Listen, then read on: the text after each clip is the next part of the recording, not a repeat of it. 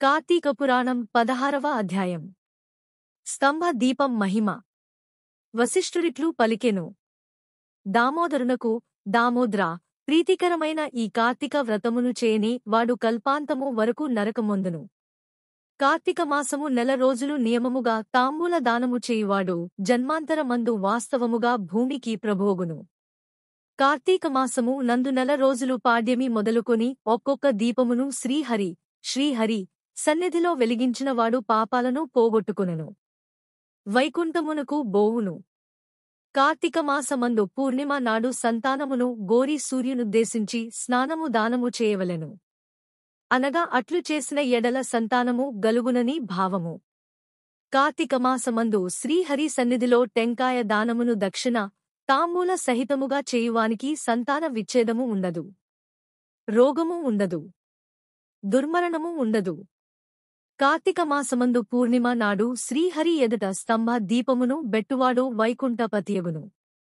కార్తీక మాసమందు శ్రీహరి సన్నిధిలో స్తంభ దీపమును పిల్లదియా బెట్టువాడు వైకుంఠపతి యగును. కార్తీక మాసమందు శ్రీహరి సన్నిధిలోకి స్తంభ దీపము అర్పణ చేసిన వానికి గలిగడి పుణ్యమును జెప్పుటకు నా తరము కాదు. కార్తీక మాసమందు పూర్ణిమ రోజున స్తంభ దీపమును జూచువారి పాపములు సూర్యోదయమందు చీకట్ల వలె నశించును. కార్తీకమందు స్తంభమును సమర్పించినవాడు నరకమునుండు విడుదల కాడు. స్తంభ దీపమును శాలిధాన్యము, వ్రీహిధాన్యము, నువ్వులు ఉంచి దీపము పెట్టవలెను. శిలతోగాని కర్రతోగాని స్తంభమును జయించి దేవాలయము ఎదుట పాతి దానిపైన దీపమును బెట్టువాడు హరికి ప్రియుడగును. ఈ స్తంభ విషయమై పూర్వ కథ గలదు, చెప్పెదను వినుము. మతంగ మహాముని ఆశ్రమము అనేక వృక్షాలతో కూడినది ఒకటి గలదు. అందుక శ్రీవిష్ణు ఆలయము, శ్రీవిష్ణు టెంపుల్ గలదు. ఆయాలయము చుట్టూనూ వనముండెను. కార్తీక వ్రతపరాయణులై మునీశ్వరులు అచ్చటికి వచ్చి శ్రీవిష్ణువును షోడశోపచారములతోనూ మాసమంతయును పూజించిరి. వారు అత్యంత భక్తియుక్తులై శ్రీహరి ద్వారములందు దీపమాలలను సమర్పించిరి, వ్రతములు చేసిరి. అందులో ఒక ముని ఇట్లు పలికెను. మునీశ్వరులారా వినుడు. కార్తీక మాసమందు శివుని ముందు స్తంభ దీపమును ఉంచువాడు వైకుంఠలోక నివాసియగును. కాబట్టి మనము ఆలయమున స్తంభ దీపమును బెట్టుదము. ఈ దినము కార్తీక పూర్ణిమ అయి ఉన్నది. ఈ దినము సాయంకాలము స్తంభ దీపదానము శ్రీహరికు అత్యంత ప్రియము. స్తంభమును జయించి కార్తీకమాస పూర్ణిమ నాడు సాయంకాలమందు దానియందు దీపమును పెట్టు వారి పాపములు నశించి వైకుంఠ లోకమును పొందెదరు. వారందరూ ఆ మాట విని స్తంభ దీపమును సమర్పించుట యందు ప్రయత్నము చేసిరి. ఓ రాజా, ప్రయత్నించి దేవాలయము ముంగిట దగ్గరలో కొమ్మలు, ఆకులు లేని ఒక వృక్షము యొక్క మొద్దును చూచిరి. కార్తీక వ్రత సముత్సాహులైన వారందరూ కలసి ఆ స్థానమునందు శాలివ్రీహితుల సమేతముగా దీపమును నేతితో వెలిగించి ఆనందించి తిరిగి దేవాలయమునకు వచ్చి హరికథ చెప్పికొనుచుండిరి. ఆ సమయమున దేవాలయము ఎదుట చట అనే శబ్దములతో స్తంభదీపము నశించి అందరు చూచుచుండగనే ఆ స్థానమంతయు పగిలి భూమియందు పడెను. అందుండి దేహమును ధరించిన ఒక పురుషుడు బయలువెడలెను. అంత మునీశ్వరులు కథను చాలించి దేవాలయము నుండి బయటకు పోయి చూచి ఆశ్చర్యమొంది అయ్యో అయ్యో అని ధ్వని చేయుచు ఒక పురుషుని చూసి ఇట్లనిరి. ఓయి, నీవెవ్వడవు?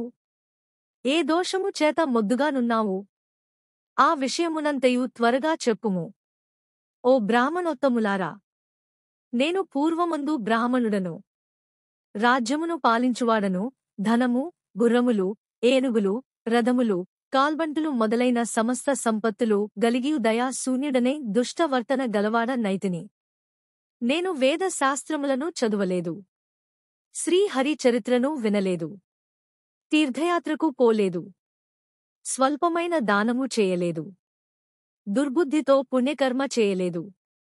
నిత్యము నేను ఉన్నతాసనము నందు కూర్చుండి వేదవేత్తలు, సదాచారవంతులు, పుణ్యపురుషులు, దయావంతులు, సదాశ్రయ కాములు అగు బ్రాహ్మణులను నా ముందు నీచాసనములందు కూర్చుండ నియోగించి వారికి అభిముఖముగా పాదములను చాచియుండువాడును. వారికి ఎన్నడను ఎదుర్కొని నమస్కారములు చేయలేదు. వారి ఇష్టార్థములను ఇవ్వనూ లేదు. సర్వకాలమందు వారికెన్నడూనూ ఏ దానమును ఇవ్వలేదు. ఒకవేళ ఎప్పుడైనను దానము ఇవ్వక తప్పని ఎడల ధనము లేకుండా ధారాదత్తము చేసి తరువాత ధనము ఇచ్చి ఉండలేదు. శాస్త్ర శ్రవణ సత్స్వభావ సంపన్నులు వచ్చి రాజును గనుక నన్ను యాచించువారు. అప్పుడు సరే ఇచ్చదనని చెప్పుటయేగాని ఇచ్చుటలేదు. నిత్యము బ్రాహ్మణుల వద్ద ధనమును పుచ్చుకుని స్వకార్యములను జేసుకునివాడను. మరలవారికి తిరిగి ఇచ్చుట లేక ఉండెడివాడను. నేనెట్లు దుర్బుద్ధితో దినములు గడిపితిని. ఆ దుష్కృత కర్మచేత చచ్చి నరకముందు అనేక యాతనలను అనుభవించితిని. తరువాత భూమికి వచ్చి 82,000 మారులు కుక్కగా జన్మించితిని. అనంతరము 10,000 మారులు కాకిగా బుట్టితిని. ఆవల 10,000 మారులు తొండగా జన్మించితిని. పిమ్మట 10,000 మారులు పురుగుగా నుండి మలాసినై ఉంటిని. ఆ తరువాత 1,000,000 మారులు వృక్షముగా నుంటిని. చివరకు 1,000,000 మారులు స్థాణువుగా కాలము గడుపుచుంటిని. ఇట్లనేక విధములుగా పాపకర్ముడనైన నాకిప్పుడు దుర్లభమైన ముక్తి కలిగినది. దీనికి కారణము నాకు తెలియదుగాన సర్వభూతదయావంతులగు మీరు చెప్పుదురుగాక. మీ దర్శనము వలన నాకు జాతి స్మృతి గలిగినది. ఓ మునీశ్వరులారా, నా పూర్వ పాపమెట్టిదని పలికి వాడురకుండెను. మునీశ్వరులిట్లు విని వారిలో వారు ఇట్లు చెప్పుకొనసాగిరి. కార్తీక మాసఫలము యథార్థమైనది. ప్రత్యక్ష మోక్షమిచ్చునది. రాతికి కొయ్యకు గూడ మోక్షమిచ్చినది. అందును ఈ పూర్ణిమ సమస్త పాతకములను నశింపజేయును. ఆ పూర్ణిమ యందును స్తంభ దీపము చాలా సుఖప్రదము. కార్తీక పూర్ణిమ నాడు పరులచే ఉంచబడిన దీపము వలన ఎండిన మొద్దు ముక్తినొందెను. మొద్దైనను కార్తీక మాసమందు దేవసన్నిధిలో దీపమును పెట్టిన ఎడల పాపము నశించి దయాళువైన దామోదరుని చేత మోక్షమొందించబడినది. ఇట్లు వాదమును జేయి వారితో ఉద్భూత పురుషుడు తిరిగి ఇట్లనియే.